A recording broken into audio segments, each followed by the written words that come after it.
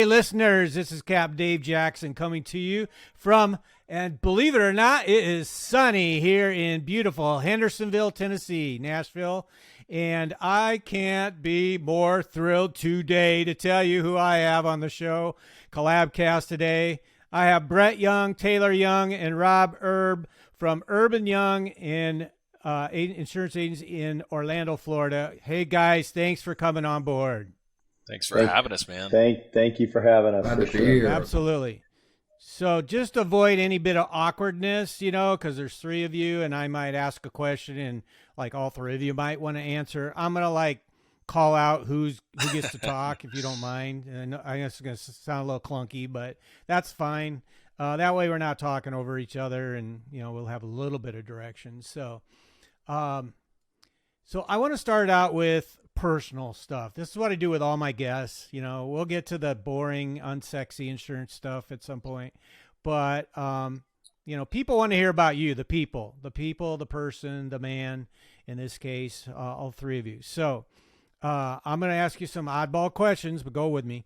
Brett and Taylor, brothers, correct? We are. And who's the older? The guy with less gray hair, which is Brett. That'd be Brett. Brett's older. Brett, how old are you? 38. 38. And Taylor? 38. I'm 35. So were you guys in school together at some point? You were, right? Like senior, freshman, that kind of thing? In high school and maybe college? Yeah, totally. Cool. Same high school, same college. Yeah, we were. We were about 3.5 years apart, but we were 3 grades apart. So I got the privilege of being a freshman in high school when Brett was a senior, and it's fun. We played basketball together. I mean, Okay, let me interrupt you, Taylor. So I scanned your LinkedIn profiles, and Taylor puts on his UCF men's basketball team, and Brett puts on his UCF, but in his activities he puts intramural basketball. So who's the basketball player, really? Without a doubt, it is Taylor Young. I was about to say we played together in high school for a little bit until he took my starting spot as a senior. So it hurt at the time, and then he went on to break every single record that's still hanging in the gym today. So my ego still hurts a little bit, but there's no doubt if we're playing 1-on-1, he's putting a whooping on me. So okay, back up 2 seconds. So you're a senior, and Taylor is a freshman, and he takes your starting spot? How is that even possible? Oh, yeah. It's called hard work, dedication, and an obsession with the sport. So I would like to think that, I beat up on him while I was growing up, and he got to play with all the older players, which maybe helped. But, he was just more committed than I was. He just had a fanatical obsession with the game, and he just had that different level of competitiveness. So, it's no doubt and it's no shocker of why that happened. He was just... It's a good metaphor for life. I would say too. Cool. I mean, I grew up. I got the privilege of Brett beating up on me and playing with the older kids all my life, right? So I had a bunch of cousins that were like older brothers, and so I was the kid just trying to keep up with everyone. So I think I got that benefit, and then it just worked out that way. But Brett was a hell of a player in his own right, and it was really fun to share those memories together. And Taylor, you are a UCF D1 scholarship? I actually preferred walk on at first, and then ended up earning a scholarship for a period of time in the latter years. But had a solid career in my own perspective. Was able to start for a few years and contribute, and it was a wonderful experience. And UCF's a great place, and it allows me to kind of stay involved there at a distance. And we've all kind of now bonded with the university, if you will. Even Rod, he's a Michigan guy, but he's just as much of a UCF football fan than he is maybe a Michigan fan now. I see his golden maze on the shelf behind him, yeah. So back to UCF, and then we'll move on. UCF, I know, has really exploded on the D1 football scene, but where do they stand in terms of their basketball program? Oh man, that's a softball question to start the podcast.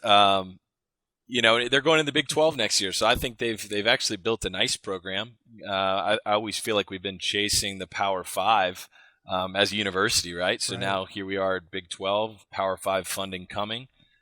campus is unbelievable. The exposure is unbelievable. So I think that's only going to enhance, what's already a strong recruiting base. So I think the next 5 years you'll see UCF transform to, kind of a Power 6 type school to a full form Power 5 type school. They have a great coach in Johnny Dawkins in basketball, and they've had some good years.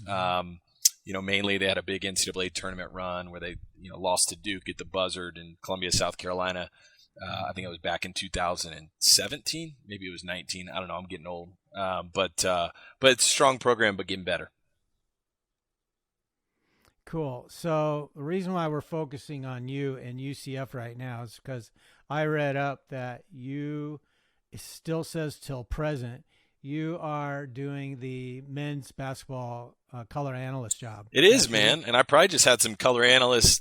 How fun it's is pretty that? fun. I probably just, that kicks in and I, get on the mic. But no, it's been fun. I graduated, I was there 06 to 11, played there 5 years, redshirted 1. And then when I was getting done, somebody said, hey, would you want to do this? A friend of mine that was doing it at the time was getting back into coaching. And, quite frankly, it was kind of one of those, that makes me a little uncomfortable, but yes, cause that would be a really cool gig. And, here we are. I think it's been 11 seasons later, and the guy I do it with is just a legend at UCF. He does football, baseball, and basketball, and has for 30 years. So, he's made it super easy on me to kind of integrate and take what I've, learned as a player and share as a commentator in a real way. So, it's fun. I only do the home games, and it's more of kind of a passion, a hobby, and a side gig than anything. But it's fun. Yeah, I appreciate you asking. Yeah, but you might have said it, but I missed it. Do you do radio? Yeah, or radio. TV? I've only done one TV game. Okay. They kind of intermittently will ask you to do it, but when it opens up. But that I got a radio face.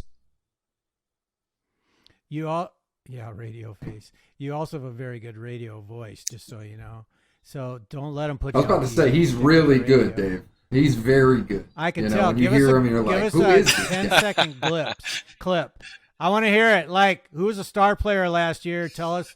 He's on a hard drive from the baseline. Oh, I don't know about that, man. I'm not really like a cheesy cliche commentator. I just try to share context and insight and bridge the gap between the fan and what's going on in the huddle. So I mean, I can do it for you if you. Yeah, really go ahead, force me Dave. to. Go ahead, man. You don't want to hear that. No, you don't want to hear that. I don't even know your players, so I would never do it justice. So anyway, but yeah, I'm gonna have to tune in. Can I get that online sometime? Yeah. You can get it online and iHeartRadio Awesome. and all that good stuff. So. Oh, okay, sweet. Yeah, I'll have to tune in on that stuff. So, all right, cool. Rod, we haven't forgot about you, brother. Hey, man, I get just as much joy out of listening to these two go back and forth about basketball. And, I see Taylor get amped up talking about his basketball, his radio scenario. So it's good for me just to sit here and watch. Yeah. So give us the Michigan background. You're in Florida now, but you didn't live in Florida. Yeah, born and raised just outside of Flint, Michigan.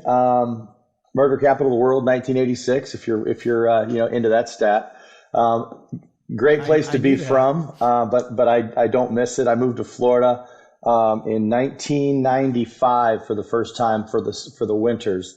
I played golf. I'd come down for the winters, 95, 96, 97, then moved down here full time in 98. But I stayed a Michigan fan. I've always loved Michigan football. I'm not a pro guy. I'm not a pro basketball guy, pro football guy. Strictly college basketball, college football, and there's nothing like the Big House. There's nothing like Michigan football. And up until a couple of years ago, there's not been much to follow there. And that's not the reason that I became a UCF fan. My family and I loved watching Taylor. We went to a lot of the home games, really went to most of the home games when Taylor was playing. So we became passionate about UCF. And then we're invited into a group of friends I have here in town to UCF football and became a huge UCF football fan. Now we travel to away games and I'm probably more active in UCF football and just watch Michigan football from afar. But Michigan boy at heart, but love living in the Florida heat. Wow. So I have a story to tell you. My fiance is a diehard. Oh God, you guys handle this. I'm gonna be out. It's. I'm telling you, if I let her in the room here, it's Michigan. She won't even pronounce the M. It's Michigan, and now they're just hurting bad. Why are they hurting the last 2 years? So, yeah, well, let's not go there. So we're getting into the end of the season, this last football season, and it's before the Michigan game, and if the winner of the Michigan game goes to the Big Ten, and if they beat Illinois, they're in it, right? They're in the probably top seed or 2, maybe Georgia stays 1 and they're 2. So I go ahead and buy tickets to SoFi Stadium, where the national championship game would be played, just in the event that we make it. Of course, I say we, Ohio State, we don't make it. You guys do. And what a semifinal game. Anyway, I end up selling those tickets. They were really nice tickets.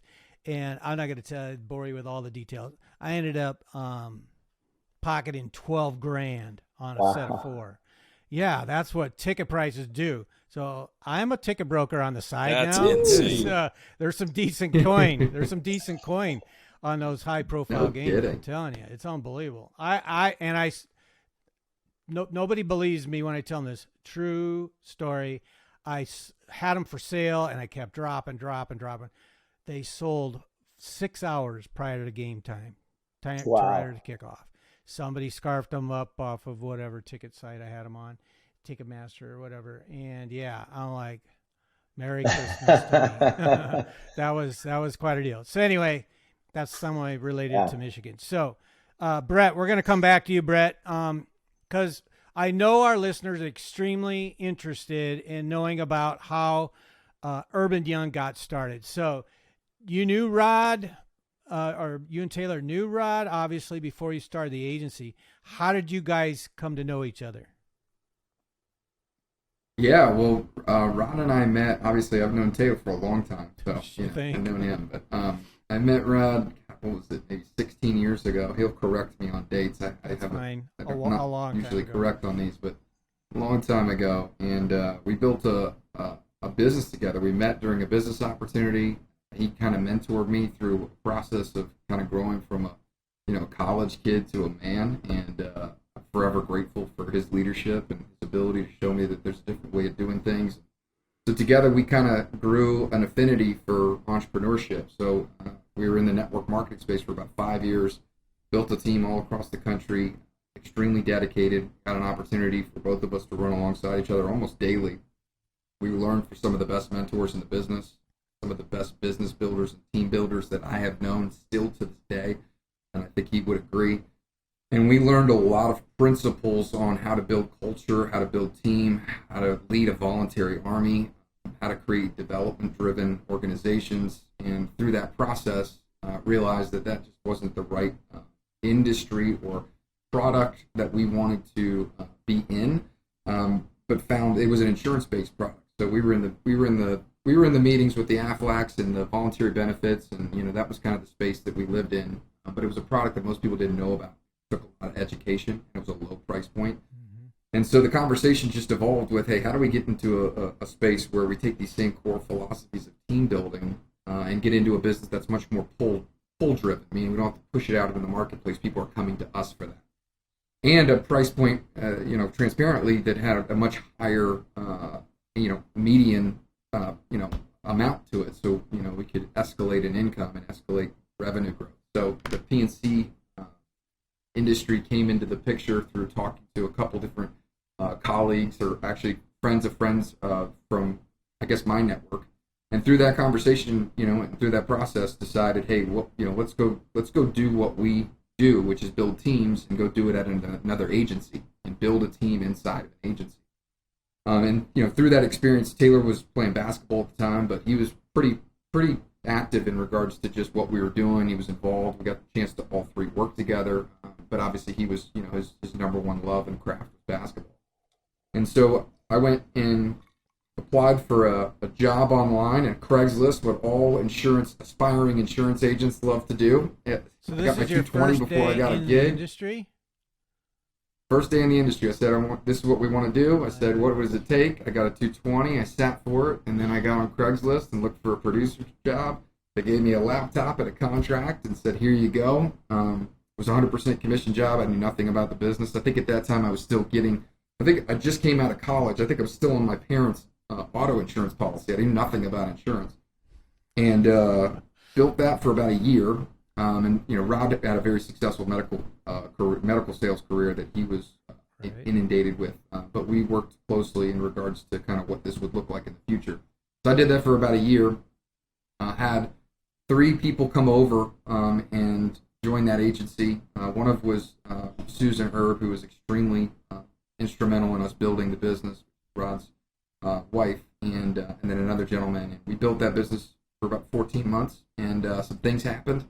Didn't go exactly the way that we expected it to go, and we had some decisions to make in regards to kind of what this looked like for the future. And we just decided that, after multiple times looking around at what was available, we looked at each other and said, well, what would happen if we just, opened this ourselves? And I think it was Rod asking that question. Rod has the tendency to ask these questions that I don't really want to answer, and that Taylor doesn't want to answer because they're sometimes outlandish. But he forces us to think bigger, which I love.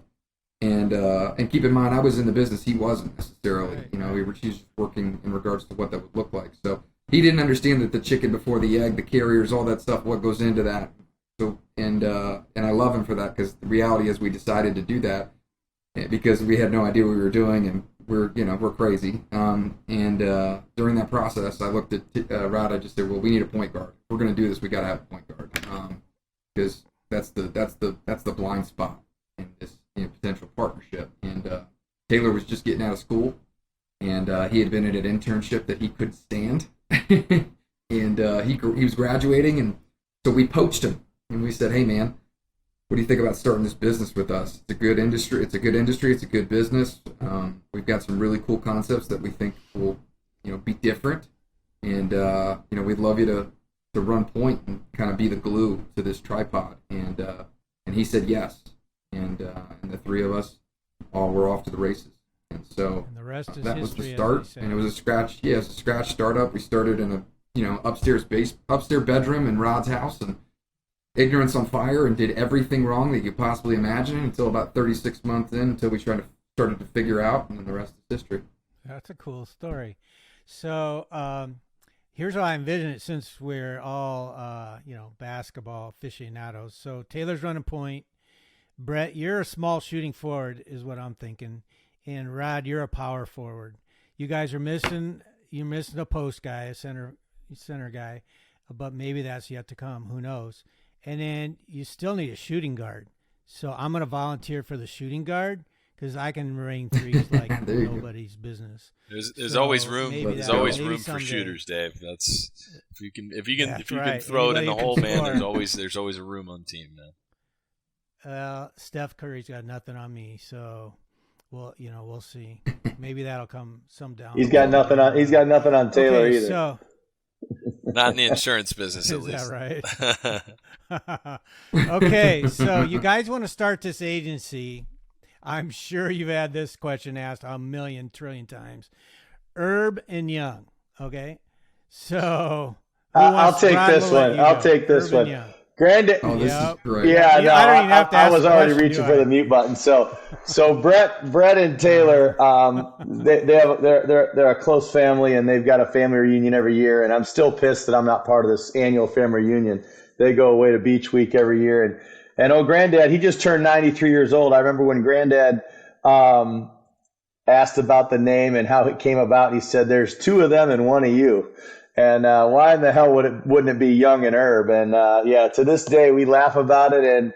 And it was Brett that said it flows a little better at Erb and Young as Erb and Young instead of Young and Erb. But man, to this day I don't. Granddad, if he walked in here right now, he'd shake his head at me and go, "Man, there's 2 of them and 1 of you. I don't know why the hell this thing's called Erb and Young." So that's the actual truth. But I was actually getting at a little different angle. Never to be confused with a national accounting firm with a somewhat similar name.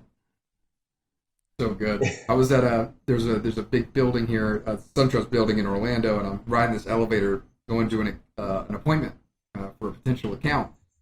And I'm in the elevator, and somebody looks at my shirt, my Erb and Young shirt. They said, "Oh, you guys just moved to the top floor. Yep. Beautiful office. That's incredible. And I thought to myself, I didn't say anything, and I thought to myself, what are they talking about? You know? I think at this time it was probably still a really small little office space, and I'm thinking, what is it? And I get to the bottom of the elevator in this Class A beautiful building, and it says Ernst and Young at the top floor of this building, and I'm like, plus our original logo was written yeah. in a script, so it almost the original logo is a lot different than the block logo we use today, or the font we use today. So it was a lot easier to get it confused back then. Was it? Okay. Yeah. So Ernst and Young, you don't do accounting, huh? You know what's funny is like that never even. I don't even think that even came up. I don't remember that even being a consideration. We were just like, well, this is our last names. This sounds pretty good. Let's run. Let's go get customers. You know. Right. Yeah. Yeah, that's kind of like me. I have my oldest child is a son by the name of Jared. You guys are too young to remember an old TV show called The Big Valley, but there was one of the brothers name was Jared. That was a big show when there was only 6 shows on TV. So back then, but Jared is spelled Jarod. That's how I knew Jared on The Big Valley spelled it. There's no other way. So we named our son Jared, Jarod. Oh no, as soon as that happens, we find out there's a dozen ways to spell Jared. So he's got to spell his name every time now because there's Errod, Eared, a million ways. So yeah, we had no idea. Well, there's never a time that I give my email address that I don't have to spell out that it's ERB. And a lot of people in our ecosystem will just say it's erbandyoung.com. So oh, there you go. Band, like B-A-N-D. Gotcha. Okay, so Erb and Young started, 2011-ish? Somewhere in there. So 12 years ago plus. And I'm looking at your guys' titles. This intrigues me. So Taylor is VP of Personal Lines. Rod is VP of Commercial Lines. And Brett gets the big old fat title of CEO. How'd that happen? that's a good one. What a great question to kick off, because I'll let these boys take that, because that's actually T.Y., you take that one. Take that, T.Y. Step into where we are today. Yeah, that's you want not the true one for story? Brett, No, I'm he's kidding. got the... No, it was actually I'll it's a really cool story, and it's still evolving. So I'll kind of hit on what Rod and I we had just realigned our company from the top down and bottom up, and so actually Rod and I's positions as they read potentially on the website, or even when we were set to schedule this podcast, are different. We'll get into that because I think it's relevant to the listener. But it's so funny when we started 2011, right? You're just small business. Everyone's doing everything, right? You're all sharing responsibilities. The buck stops with everyone, but it's kind of like one of those things where it just gets to a point that after a certain size and scale, and you have team members that are now, reporting to people, there was a chain of command that was lacking. It was always like, hey, look, the three of us are together a ton. We talk all the time, and it's still that way to this day. So we're all kind of sharing these responsibilities of growing this business. And, that was fine at first. It was actually super productive at first because it was all hands on deck, and we were all willing to do anything and everything that it took, right? No one was above a position. No one was above a meeting, a visit, a marketing call. We were all dishwashers, is like we like to say, right? So titles didn't matter, right? And then you're running, and then I think as you build a team, you start to get to the point where you have team members that are curious at who do I go to for this? I have a question for this. You start carving out roles as you scale a little bit, and it became choppy at the top that the three of us essentially just shared all leadership responsibilities, and it just became not as productive and not as effective as it could be. So I actually remember the day. Brett, he's got a great mind for it. He was the one that, had the insurance experience coming in. Every question flowed through Brett for probably the first 2 years straight, right? If you had a question on how to quote or which market to go to or how this works, I mean, Brett, got asked every single question by us. And he also has a great ability to kind of look at the future with a very broad scope. He's got an incredible gift of vision. And really, I think the realignment at that time, I don't know, boys, that was probably 5-6 years ago that Brett took the CEO title, and it was simple as like, hey, this seems to make sense. let's put you in a space that you can operate more in your gifts. Let Rod and I kind of sink into more of the operations and team lead spots, if you will, or vice president roles. Rod, he's the best marketer I know. He's the best influencer I know. He's the best sales professional I know. And so the commercial line side of the business fit him well because, he was used to going after big accounts in his medical background. In our business, it just translated really well, meeting with executives, CEOs, business owners. I was more of an executor, more of an operations, just grinder, if you will. So personal lines seemed to fit really well. So kind of just looked around and said, hey, what seats in the bus are best? And we made that decision pretty quick. And then boom, we were off to the races. And there's been a lot of fruit that I think came from that clarity, both for the staff and ourselves to really own certain parts of our business to get to that next level. And we just recently kind of did that with Rod and I's role, and we're excited about the next couple of years with that clarity too. That's awesome.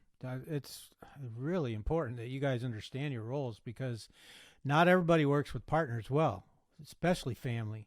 So it's a real privilege to be able to do that and work harmoniously. In case you didn't know that. Because not everybody, I've had a partner before and partners, and it's not that they didn't always work. It just, they just weren't destined to be forever, because we just had different.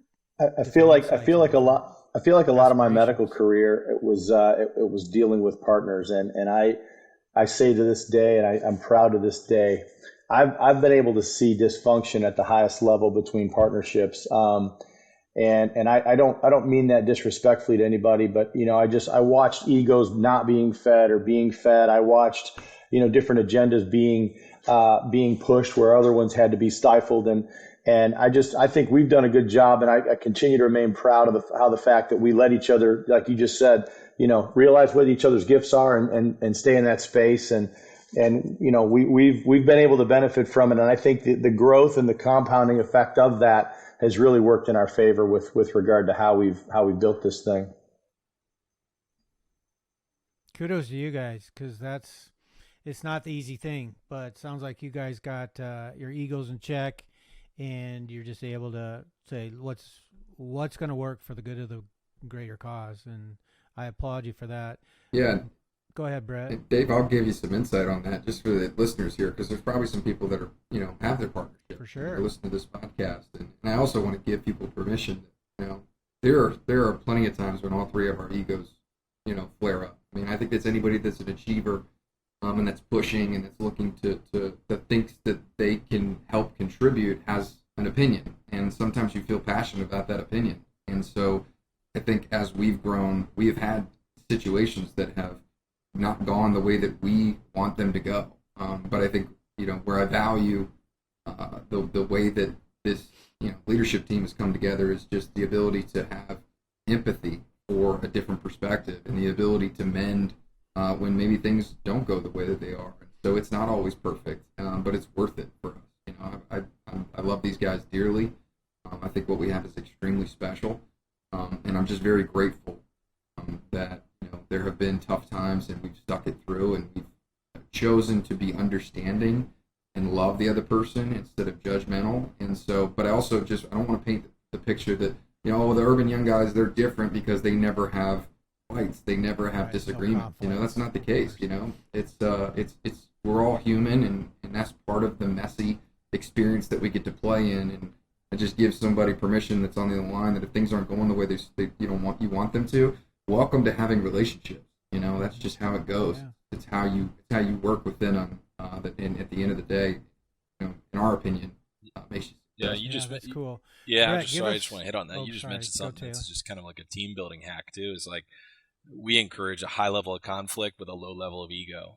There's if we do an executive team meeting, we'll banter back and forth respectfully and disagree on a point, and then at the end of the hour feel like we have a path forward and we all align on. And I think that's a muscle that you flex. I think that's something that doesn't come naturally. I know, at least for me, I really truly think as a leader, anybody really within a company, that's a skill set. That's something that you have the opportunity to develop, is to say, hey, when that feeling comes up that you disagree or there's something that's not handled the way that you want it, how to have productive, respectful tactful conflict that is not about you, but is about the mission.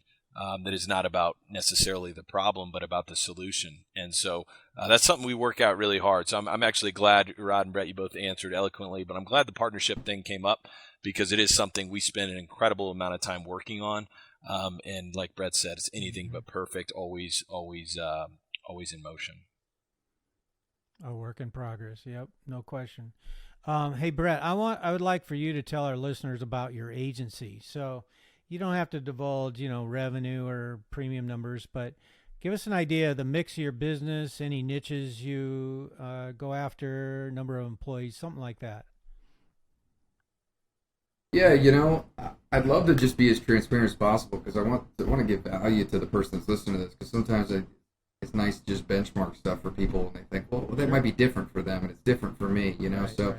I also think it's cool, like with these guys, just to give you context, Rod, recently working on that partnership, Rod's now the CMO. He's working all marketing and sales for the whole organization.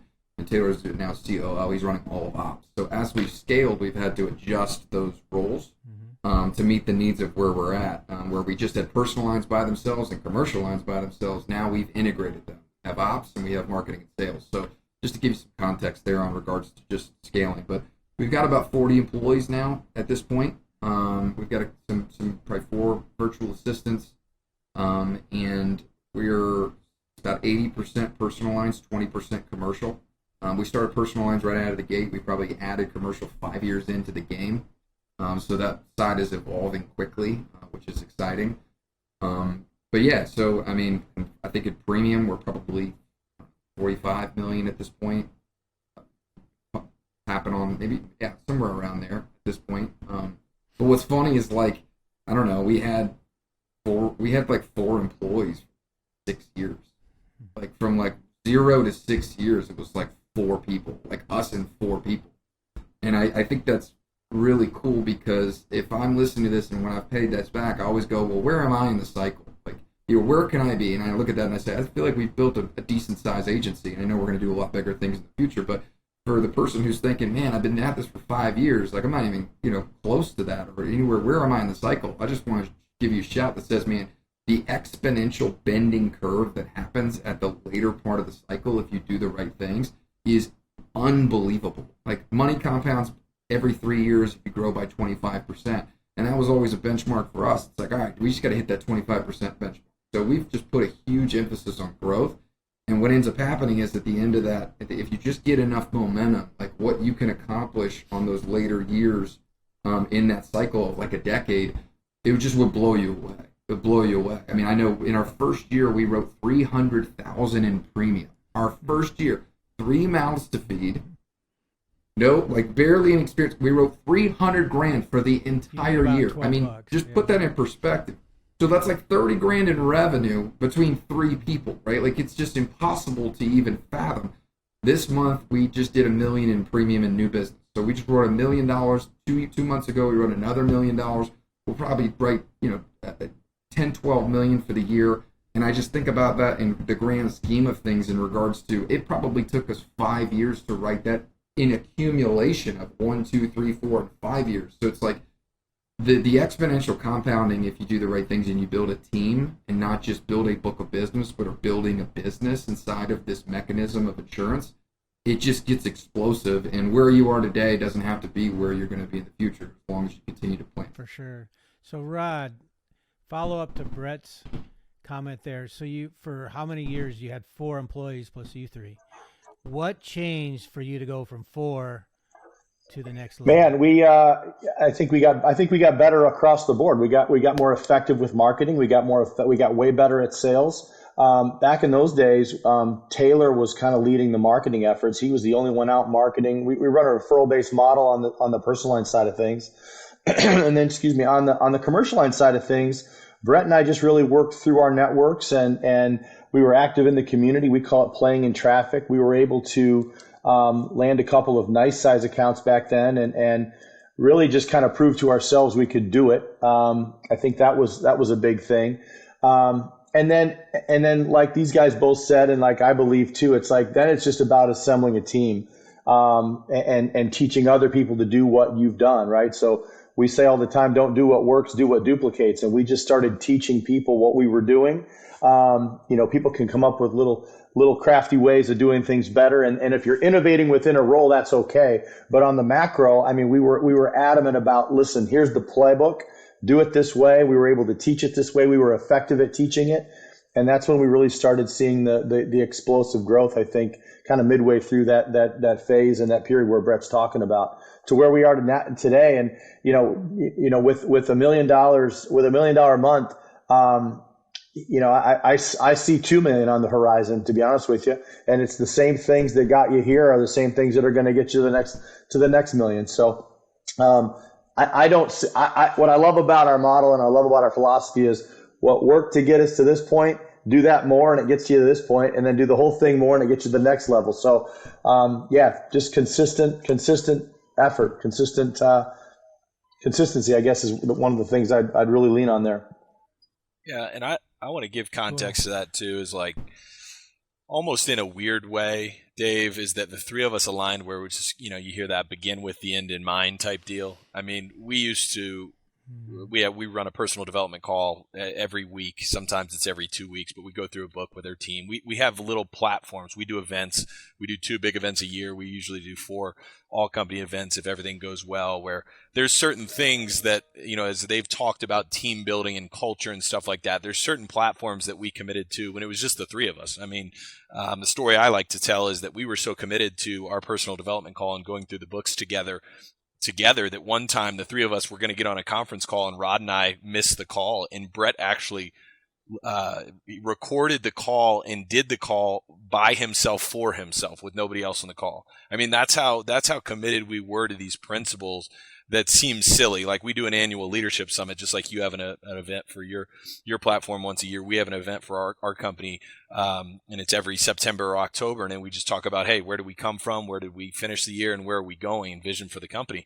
But we were doing that event, back when we had a budget of $500, and we actually made a trophy for the Impact Award winner when it was just the 3 of us, right? So that's how crazy we were about that. So I think the beginning with the end in mind, where you start to see that hockey bending curve, came from building it and of what duplicates, not what works. I think that's why for us that it got really, really explosive. And then I think strategically too, we've sought out acquisitions. We've done 5 of them. The large majority of our premium and our growth is organic. We are organic growth fiends. We cut our teeth on it. But make no mistake, I mean, if there's an opportunity that comes along in the form of a smaller acquisition, we have a playbook that we love to execute if it fits our eye and it fits our filter. So in 2018, we had our largest acquisition happen. And I think that really helped launch us into a stratosphere of, okay, hey, now everyone's doing sales and service or sharing all these roles. Now we really get into a scaled out model where you have a customer service team, you have a marketing and sales team, and we've really enterprised from there. But I think with that acquisition, if those core principles and philosophies weren't in place, I don't think it would have catapulted it like it has in the last 5 years. So just kind of want to give that context. Okay. Hey, Brett, how much of your business is written in the state of Florida, percentage-wise? Well, that's a good question. I was going to say Rod's very humble with attracting a couple good accounts. Rod has, might be a couple $1 million accounts at this point, but he's written some pretty large commercial business, and one of which is outside the state of Florida. But besides that one, the majority of it is in Florida. We do have some commercial business, but I'd say 95% plus of your business is in the state of Florida. So this is the question that everybody's going to want me to ask on this podcast of you 3. $1 million new business in May of 2023 in the frickin' state of Florida. Are you kidding me right now? Nobody is talking about growth on new business side. No one. Yeah. So who wants to take that? All 3 of you can take a turn, because this is like the $1 million question. Yeah.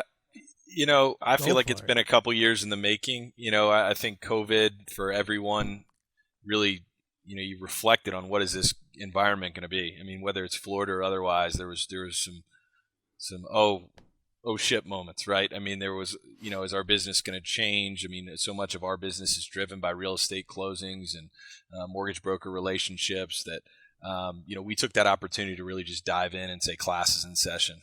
Things are about to get hard, and what an opportunity for us to get better. And Brett outlaid that in a nice format for the team. I remember that as clear as day. We had the whole company remote, and all three of us aligned, but Brett was able to lead the charge and kind of share with the team that, hey, we have an opportunity over these next couple of years. Things are going to get weird. Things are going to get hard. There's going to be a lot of uncertainty.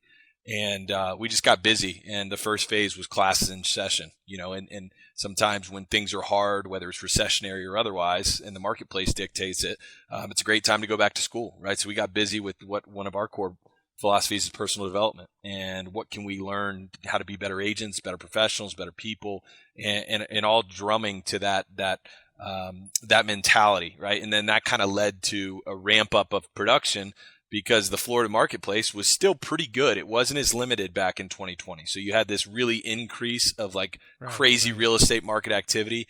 We were set up for it. We were able to write a lot of business. And then things have gotten weirder every single year as far as the Florida marketplace. And now we're in a full blown, maybe the hardest market that any state has ever seen, but specifically Florida. But I truly think we've constantly pounded to ourselves. And then also the team has kind of bought in on that, is that, look, we always say the harder it gets, the better it gets. Because if the harder it gets for us, the harder it's getting for somebody else. And we feel like there's opportunity. And that's not to say some days you just want to bang your head against the wall because you got a 9-year-old roof that you can't place. But at the same time, it's created a ton of opportunity, or at least we see it that way. So, boys, I jumped you, but I just kind of wanted to jump right in there. I'll provide. So, Rod, here's what I want to know, Rod. Let me preface that what Taylor just said. So, what specifically are you doing? Are you shifting to carrier A and B, and that's it? Because the options are so limited right now. What are you doing specifically to make that work? $1 million new premium. Well, I think we've doubled down on marketing. I think that's an important piece. I mean, they're still building houses all over the place. I mean, there's still people that are closing on these houses, and it's just a matter of, the shops that were once doing, 100 units a month mortgage shops, they're doing a little bit less. So I think you've got to be more vigilant and more aware with the marketing effort. But I want to go back to one thing Taylor said. In our life cycle, we had never seen a market like this. So we didn't, people say, oh, it's so hard. I chose to use the word, it's just different. It's hard would mean it's crippling. It's scarcity. It's like, it's doom and gloom. And I mean, I realize it's not what it was, but it's just a different market. So for me, the first thing I'll say to that is, be careful how you talk to yourself, right? It's like if you talk to yourself hard enough, you're going to believe that there's no option, there's no way out. I just say it's a different market, and someone's going to figure it out. So I think our attitude was, as like what Taylor said, and through that classes in session type approach we took. Just figure out how we're going to do it different. Figure out how we're going to look at it different. Figure out how we're going to navigate things different. And then the second half of that is thankfully one of the philosophies and core beliefs we have is personal development. There's going to be a lot of tough conversations, right? The quickest way to get through a tough conversation is be equipped to have one, right? So for the whole team, it was like not everybody on the team is at the same level of development. So they're not all equipped to have the tough conversations as they come along with clients that are, getting renewals that are 3 or 4x what they were or more, or having conversations about, new quotes that are going out and being able to understand and articulate why it's higher. So I think those two things, it's how you looked at the market, how you would describe the market. It's a different market, not necessarily a hard market, although we know it's a hard market. I get the obvious, but I think that goes a lot into the psyche, and then just being able to make sure that people are developed and aware enough to be able to have tough conversations. So I think those two things for me resonate the most. Specific to carriers, I'm not that guy. I'm not that guy. I know that we represent most everybody who's left. And again, when you get those options back, here's the best option. If you're price conscious, here's the lowest price. If you're carrier conscious, here's the best carrier. And not confusing people with too much information. To confuse mind does nothing. So I think we've made some tweaks. We've had some impressive innovation, amongst our team members that have navigated that themselves and shared it amongst the platform. Matt in particular, I think the way he's handled that and how he continues to think his way through that has helped a lot of people with how they present the option, whichever it is, best company, here it is, lowest price, here it is, and there's our option. So those are my thoughts. Yeah, and I want to. So you just talked about, sorry, Taylor, you just talked about, Rod, still building new homes. So I'm just talking in generality. So have you, for example, taken whatever it is, 300 new homes that you insure a month, or 400, whatever the number is, and instead of, because now carriers are going to love the brand new homes and the 1-year roofs versus, are this block of 20-year-old roofs that we used to insure in normal times. Have you just moved those over and said, okay, instead of a split of 50-50, 20-year-old homes and brand new homes, we're going to shift them more towards the new side, and that's where your marketing's going? Is it something like that, or no? Go ahead. Go ahead, boys.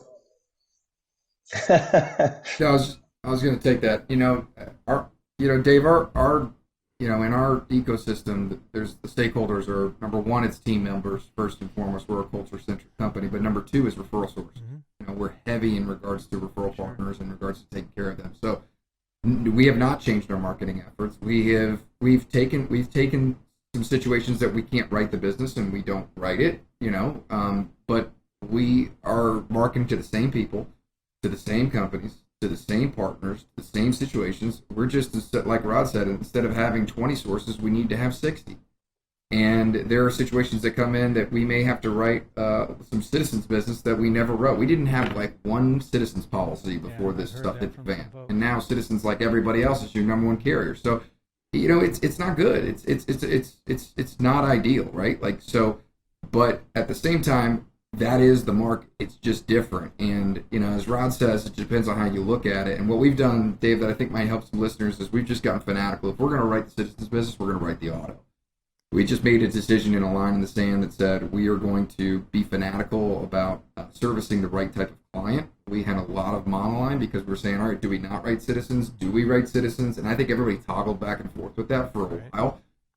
And, we had our top producers get in a room and we were basically had shouting matches debating this. And like we said, high conflict, low ego, we came out of it and said, this is an opportunity. And if we don't move fast and move quick, we're not going to be able to capitalize on it. So we said, no, we'll write the stuff that we never wrote before. But we're going to require writing the other lines of business with us. And it's made a huge increase. I just ran the numbers, last week? And the amount of auto conversions that we've had since last year is staggering. It's staggering. It is a massive, massive increase. We're converting almost 58% of the auto now on closings, whereas before it was like 30. It was like 28. It's insane. So we're figuring out ways to get better in regards to writing the lines that we should have been writing before, but we were so busy and we were so fine with just writing home that we didn't necessarily do a good enough job. And so we said, okay, cool. Don't wish it was easier, wish you were better. We've got to get fanatically good about writing the stuff that we should have wrote before.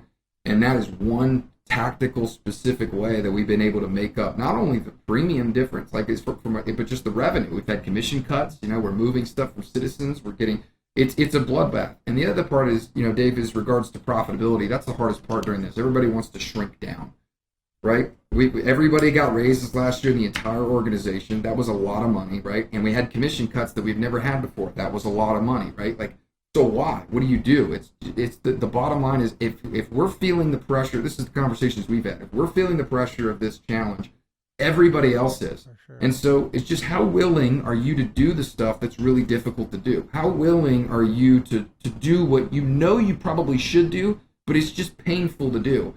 And so the rally of having three partners to where we hold each other accountable to do the right thing instead of what our emotions do. I can't take out a bunch of money in the business because I decide to this month, if it's just me. I got to be accountable to these two guys and all the employees.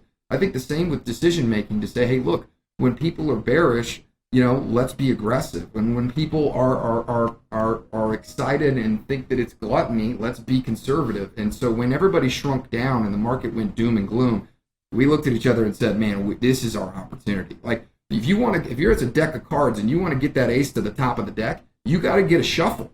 And this has been a shuffle. Like, this is our shuffle. I got goosebumps right now because we've been grinding at this for so long, doing it the wrong way, beating our head in the ground, just working effortlessly, tirelessly. And, you're waiting for a moment when you can have this big shift.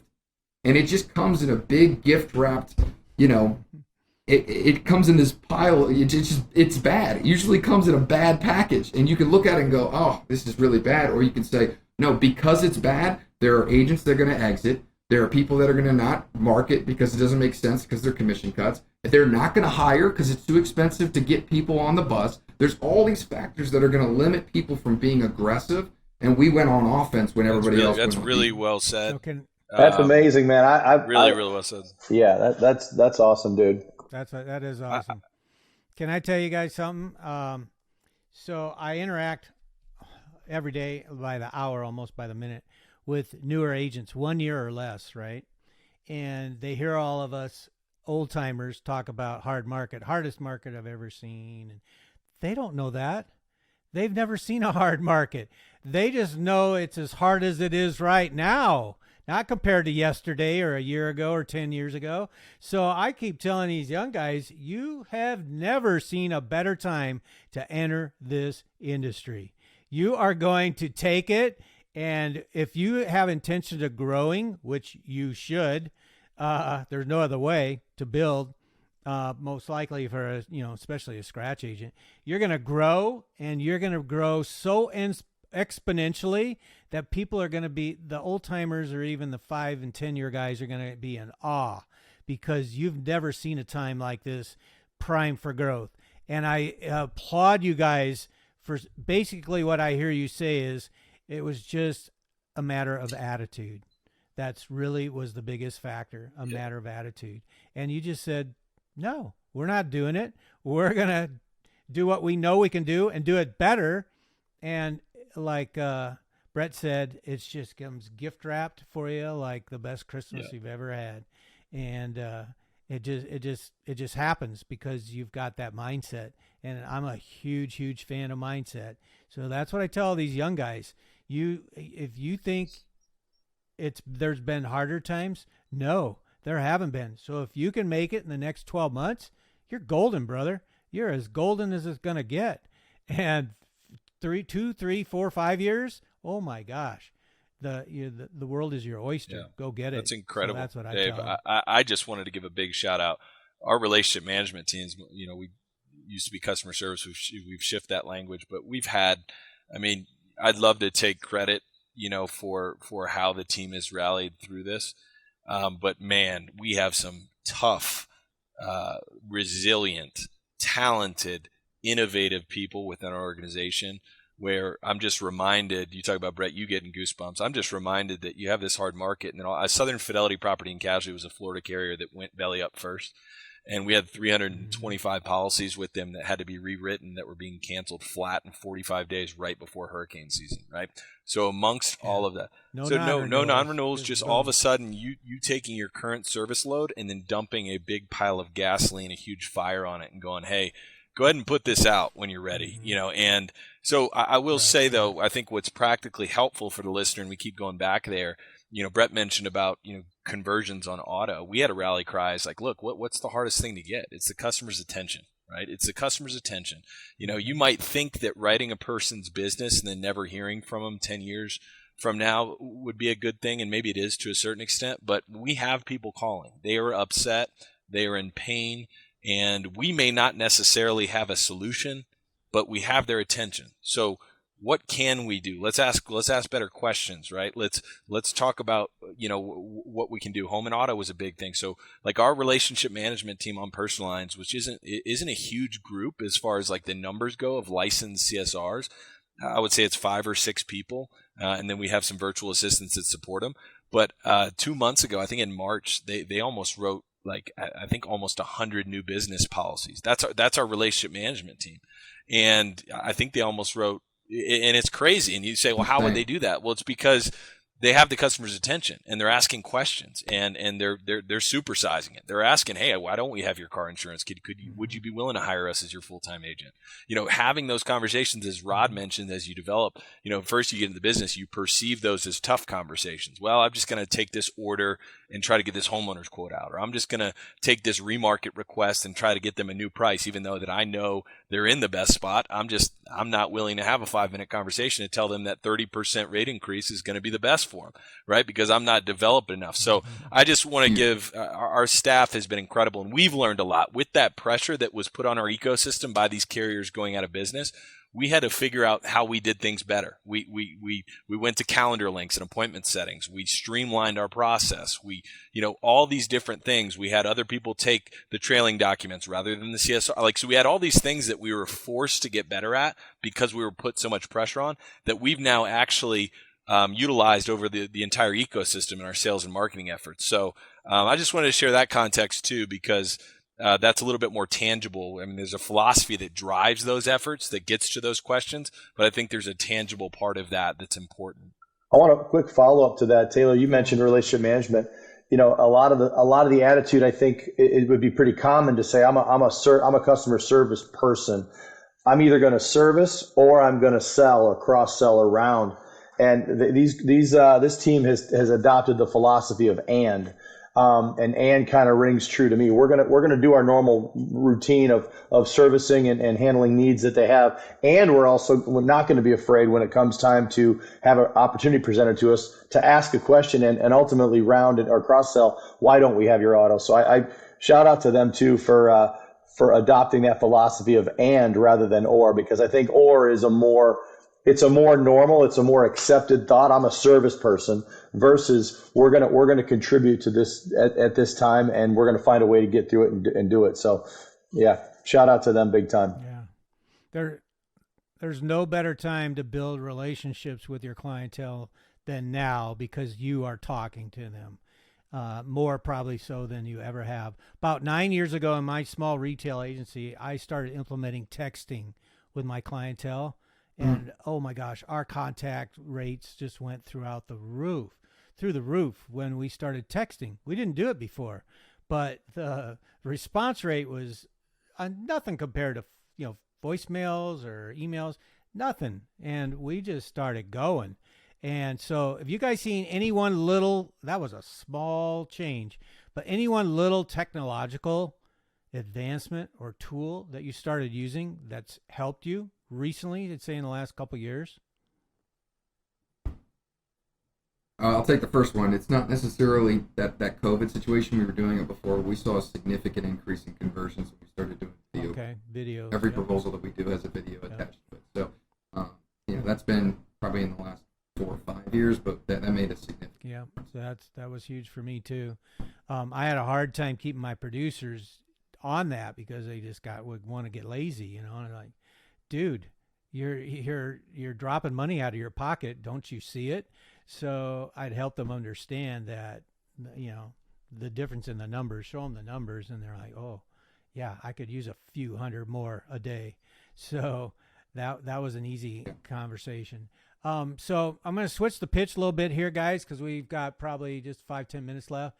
So Rod, on your LinkedIn profile, you have a hashtag, never drop your shield. Tell us what's up with that. We have a summit every year, and every year we have a theme. And we had a guest speaker join us at our summit one year and present us with a gift of a shield, and brought with him some wristbands that said "Never drop your shield." Just meaning, this is way bigger than any one person. What you do matters. How you operate affects a team member.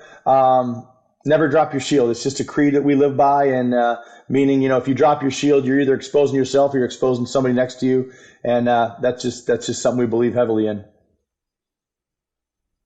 Cool, very cool. Last thing I want to talk about is your guys' podcast. The name is Be Extraordinary Podcast. There you go, Brett. So, who's the brainchild behind it? Brett. Brett is? Yeah, I mean, I think I dragged them into this idea of doing a podcast. So in a world where you're really busy with a bunch of stuff and you're dealing, 3 different projects and there's 4 different fires, going to your partners and saying, hey, we're going to do this podcast thing. They probably looked at me like, here goes Brett again, But candidly, the podcast, was for the 3 of us to get together. We're all in different spaces, as you could see from this call, and it has been something that I know we cherish and I value and they value, to be able to get together. And, we work through stuff. Having 3 people, you have 3 heads, and we all have these similar philosophies, but that doesn't just happen by accident. It's because we have discussions and talks and conversations and debates. And, I think the podcast has been this really cool way for us to reaffirm and re-articulate and go through this stuff and have a debate and challenge. And so it was an opportunity to take the inward stuff that we're doing internally and be able to show that externally to the world. I mean, just our content in general. But it was birthed from the 3 of us being able to get together and kind of share those things, get back to when it was just us at a coffee table, mapping out a logo on how we were going to start this thing. And then, you got to get busy and you get poured in all these different directions and you lose touch with that stuff. So it's been fun. I got to admit, I've only listened to about half of an episode. So is your format just the 3 of you chat, or do you bring on guests 100%? It's both. We've probably done more guests than just the 3 of us, just because we just love getting other people's stories. But we're going to be doing a lot of content with it's just the 3 of us as of late. We've just gotten some feedback where to share some of the insight and stuff that we're dealing with and going through and have lived by has been some things that we haven't necessarily been as true to, because we've just been we've got some really cool guests that have been on the show. So it's both. It's a blend. It just depends on kind of what the schedule looks like that month or that week. But yeah, we're excited to do a lot more of the 3 of us to kind of talk about what's happening inside of Erb. Yeah. So when you do look for the ideal guest, are you looking for just cool human beings, or are they folks who are in the industry, or are they a target market in your commercial clientele that you're trying to attract? Well, how do you look at that?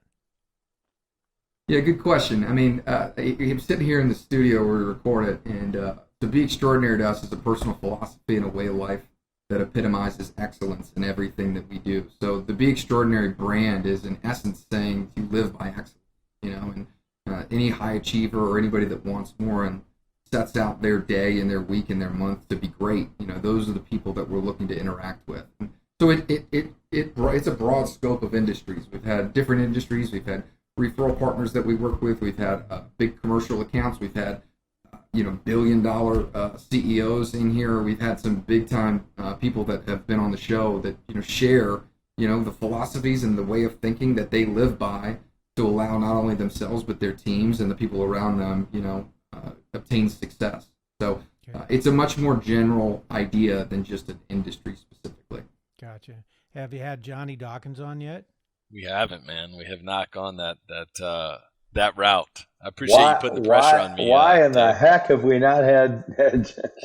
No, quite frankly, I know Johnny. On, Taylor, that's Johnny from fail. a distance. I don't know him well, so but maybe that will that'll change. Maybe he'll hear this podcast and call you up. There you go. Anyway, that's all we have for today, guys. I want to thank you, Rod, Brett, and Taylor. Rod Erb, Brett Young, Taylor Young from Erb and Young, and they are in Orlando, Florida area agency. I know what it's like for you 3 to carve out an hour of your time on the same day and hour and join me. So I can't say it enough. I appreciate you guys coming on. I know our listeners are going to enjoy it. Thanks so much for being with me. I appreciate it. Enjoy the rest of your day. Thank you for listening to Collabcast with IAOA with Captain Dave Jackson. Production and distribution by Podsquad.fm, Riverside.fm, and Spotify for podcasters. Special thanks to Little Dog Social Media, Terry Champion, and all our guests and listeners. If you're an independent insurance agency owner, please subscribe to our podcast weekly. You can also request to join our agency owner exclusive Facebook group, IAOA, or Insurance Agency Owners Alliance at IAOA.com. Captain Dave Jackson signs out from sunny Hendersonville, Tennessee.